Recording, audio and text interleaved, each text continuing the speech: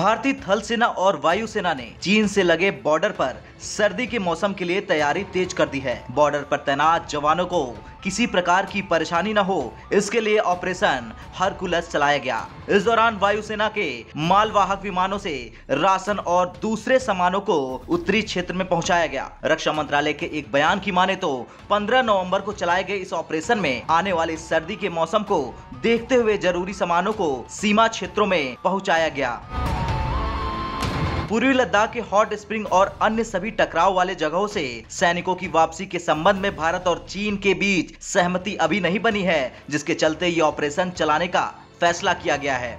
दरअसल सितंबर में दोनों देशों की सेनाओं की ओर से कोर कमांडरों की 13वें राउंड की बातचीत हुई, लेकिन कोई नतीजा नहीं निकला। इसके चलते भारतीय सेना को सर्दी के मौसम में भी सीमा पर सैनिकों की तैनाती रखने का फैसला लेना पड़ा।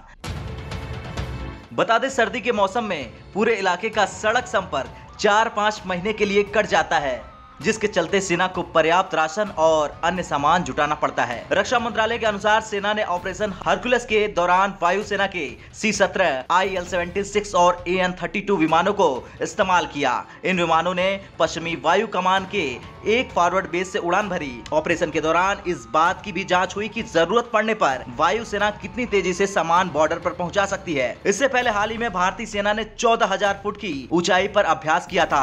सूत्रों ने बताया था कि यह अभ्यास सेना की क्षमता दिखाने का मौका था। इस दौरान कई स्पेशलिस्ट वाहन और मिसाइल 5 अलग अलग माउंटेन बेस पर C-130 और AN-32 के माध्यम से भेजे गए थे।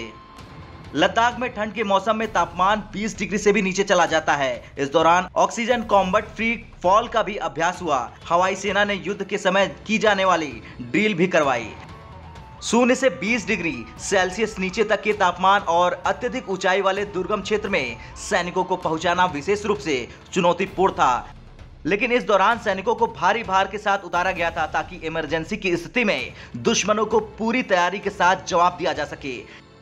यकीनन इस तस्वीर को देख चीन सहम गया होगा। भारत चीन के बीच बैठक और डिसएंगेजमेंट की प्रक्रिया तो चल रही है, लेकिन चीन की हरकतों को देख भारत भी पूरी तरह तैयार बैठा है। इस वक्त भी LAC पर संवेदनशील क्षेत्र में दोनों पक्ष के करीब 50,000 से 60,000 सैनिक तैनात हैं।